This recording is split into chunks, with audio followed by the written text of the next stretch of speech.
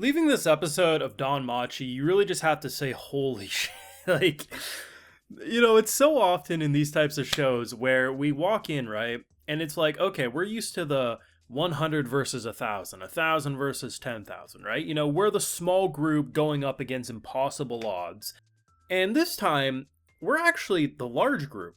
We got a lot of support. This is like you're approaching the end of a video game. You got all your troops, all your allies, and you're going up against the big bad. Yet despite that, they still get across that same level of despair, whether you're the 100 versus 1,000, or if we're the 1,000 versus 100, because Freya's Familia is not to be messed with, and the war game has officially begun. We have 5 episodes left of this season of DanMachi, and while I expect it will probably end around episode 14, slightly into 15, because given what Bell does ask Freya at the end that, he wants to interact with Seer, they're going to tie that together by the end of the season. Either way, to walk into this episode knowing the war game was on the horizon, despite having so much allied support, still with that sense of despair of, can we do it? This season is really trying its best to match the overall quality and excitement of Season 4, and I think they're doing a pretty damn good job. Of course, I have full live reactions over on Patreon. If you want to see my full and good thought to this DanMachi greatness, it's over there exclusively. So this has been a fantastic season. I've very much enjoyed it. And I think what I really enjoy is how the political side of this world is being explored when it comes to the gods and, as they call the humans, their children. So I assumed the Loki Familia would be like the one Familia guaranteed to pick up arms and say, hip hip hooray, down with Freya. They were like the first one to say no. Now, granted, even with that no, it doesn't mean they can't support, as we saw with Finn helping Miss Supporter, do her thing. But at the same time, it's interesting because when you look at it, Hestia is in a situation where remove our connection with Hestia and look at it from an outsider looking in. Just because Hestia is one of our MCs and we can trust that with all that extra power and support she wouldn't do nefarious things, this is a situation where a person like Freya would use that to get more power. Now, while Hestia we know wouldn't do that, Hestia could gain a lot throughout this, because she could become the most powerful goddess among them all, given everyone backing her. So a lot of them are forced to say no out of, just concern of what could happen if so many join up with her. Because Freya basically says, you can ally with whoever you want. I'm going to use mine. If I win, Belle comes back to me. If you guys win, I get sent off to heaven.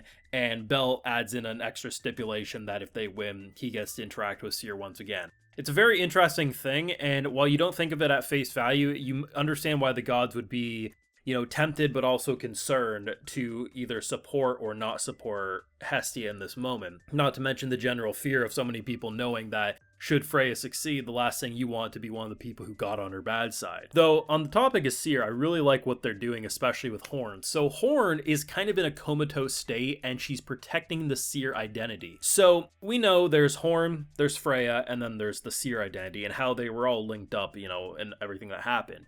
If Freya had access to that identity, it's pretty clear she would destroy it, given the fear of what that identity has done to her. But Horn is in this comatose state that is protecting it, and it's very interesting because I almost wonder if the sort of punishment, I'm not sure if they could do it exactly, but could you imagine if they end up winning, if they stripped away Freya's goddess status and just let her exist as Seer? Because that would be a really interesting quote-unquote punishment, but also redemption arc all at the same time. I'm not sure if they would go that road or not.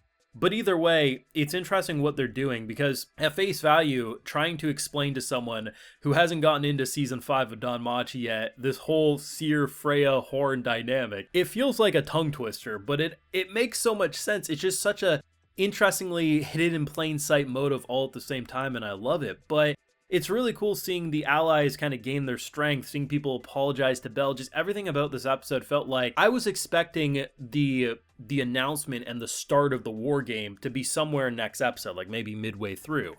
And while it definitely happened quicker than I expected, I don't say that it feels rushed or anything. I actually much prefer, by the end of this episode, kickstarting it, because now they have a third of the season technically to work with the war game. And while the war game feels like it could be 10 episodes worth of content, just given the scope and scale, at the same time, this is the type of battle that one wrong move could do a snowball effect, a domino chain of chaos for whichever side that may be. Now, Belle does get a premonition at the end of the episode from our girl. She says a bunch of mumbo jumbo. We don't know what she's talking about, but it seems relatively good. Though Belle gives our supporter a bit of a heads up, a little concern, and we don't know exactly what he said, but she pretty much says, like, that makes no sense. How would that happen? I have a feeling it's one of two things. He gave a warning about Freya, which would be the most obvious thing. I don't really have any ideas. But my thought is, what if he gave her a warning about his little mentor, the glasses guy? I forget his name, but I feel like given all the training he had with him, I almost feel like he might have given a warning about that. But either way, you know that warning's going to come true at some point, maybe around episode 13, and because she was informed ahead of time, it probably will save the day, whatever that's going to be. But either way, this has been an incredible DanMachi season. I mean, it hasn't been as action-packed as, say, season 4, but that's understandable given the difference of Belle falling down a hole and fighting for his life from Satan's laboratory versus mostly on surface level. Sure, a little bit of action, and what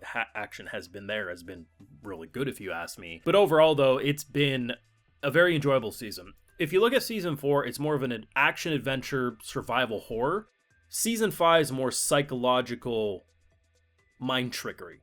And as someone who likes both of those styles of anime, both seasons 4 and 5 have been the peak of what DanMachi has to offer. But obviously, if you prefer one over the other, then one of these seasons is probably going to be vastly superior. For me, I think I would still put season 4 as the overall best, but with the announcement of the war game here, and it now officially here, I could change my tune. But either way, I don't look at season 5 as a downgrade. It's just a different type of enjoyment for me. But damn, I don't even know what I want. In my world, Freya being forced to be seer but losing her goddess status, I think would be the best outcome. It would be a punishment because a god is forced to be no longer a god. I don't know if they can do it, but I mean, who the hell knows? But also, the seer identity really was real. It did become a real identity, so maybe that would be the best way? I don't know. You let me know what you thought down below, though, because this, for being a setup episode, was one hell of a what the hell did I just watch, and how did we escalate so quickly? A lot of setup happened, and we'll see if that setup's going to be enough for a massive W, or if we're going to deal with the biggest L known to man. Your thoughts down below. Leave a like if you enjoyed. Subscribe if you're new around here. Of course, ring that bell. And like I mentioned, we got those full live reactions over on Patreon. And hey, while you're over there, I'll also give you a video shout out. Alright, so today we got Jacob McCarthy, Divine Tang 00, Chris, Carlos De La Cruz, Galatron, Aishotin, Daw, Kieran Dean, and we also have the Legend of Sora 73. So I appreciate the support, everyone. Please take care. And for the love of God, I know Bell didn't technically stick his dick in crazy, but still choose your company wisely, because the last thing you need is her crazy-ass family dragging you back to Thanksgiving and chaining you up Resident Evil style, because Jesus, man. Is it wrong to pick up girls in a dungeon is just continuing to prove that you should not pick up girls in a dungeon or anywhere near the goddesses, because Jesus. Anyway, have a good one.